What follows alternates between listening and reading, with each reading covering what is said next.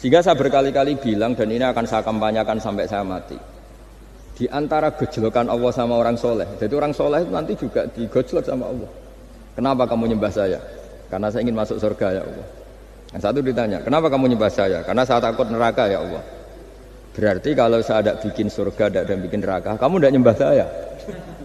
Ya udah gitu, Gusti tempat nyembah jenengan. Tapi kadung keliwat alasannya itu.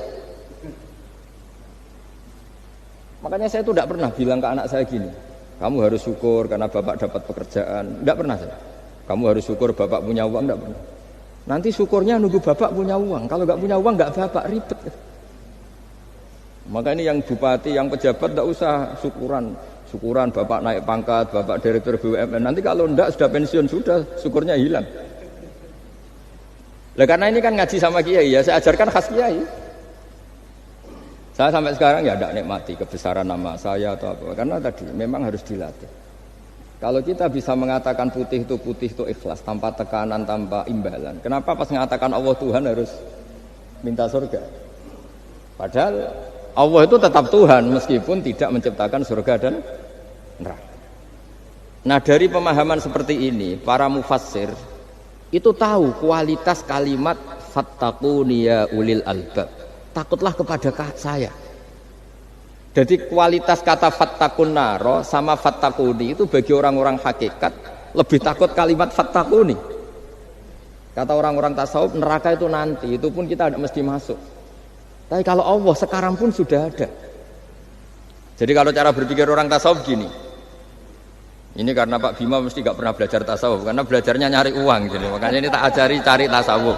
Tadi sudah tak gojlok. Harus ngapalkan Quran katanya. Kalau cara berpikir tasawuf itu gini, surga dan neraka itu muajjalah, itu nanti.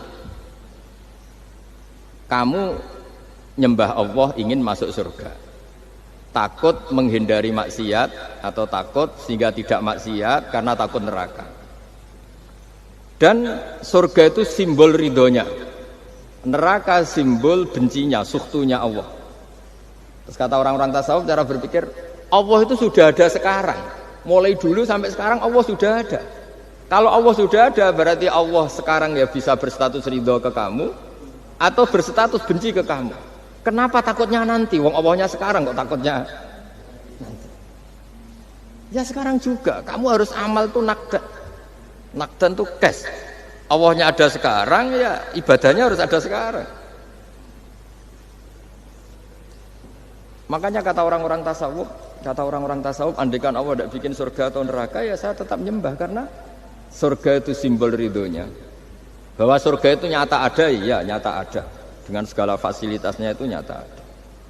Tapi bahwa surga itu tetap kamu masuk surga karena cari ridhonya Allah. Kalau Allahnya sudah ada, berarti ridhonya sekarang sudah ada. Harus kamu cari sekarang, jangan nanti. Sehingga kadang-kadang orang yang ingin masuk surga itu ya kelasnya kelas amatir. Masyhur itu. Ada seorang wali masuk surga ketemu Allah ditanya. Karena wali ini biasa mensyafaati murid-muridnya. Ya Allah, kenapa murid-murid saya tidak kelihatan sowan jenengan?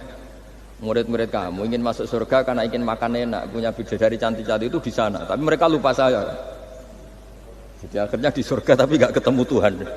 Karena inginnya ya sudah trauma punya istri jelek, cerewet. Banyak loh orang yang masuk surga itu yang agak kacau. Enak sudah surga, nanti di sana gak usah sholat, gak usah puasa. Jadi sholat yang sekarang udah gak problem. Jadi banyak itu orang-orang Islam yang Islamnya mungkin imannya amatiran. Wah enak masuk surga, gak ada subuh lagi, gak ada puasa lagi, bebas. Itu kan kurang ajar betul. Jadi ibadah itu dianggap problem. Bandingkan di cerita dunia wali itu ada wali bertanya gini, ya Allah apa di surga itu ada sholat? Ditanya sama Allah, kenapa kamu tanya gitu? Kalau tidak ada sholat mendingan saya tidak di surga.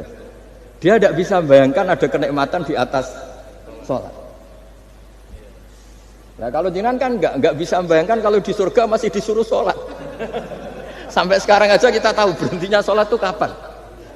Kalau sampean tanya gitu, kalau ingin berhenti sholat nggak wajib, majnun.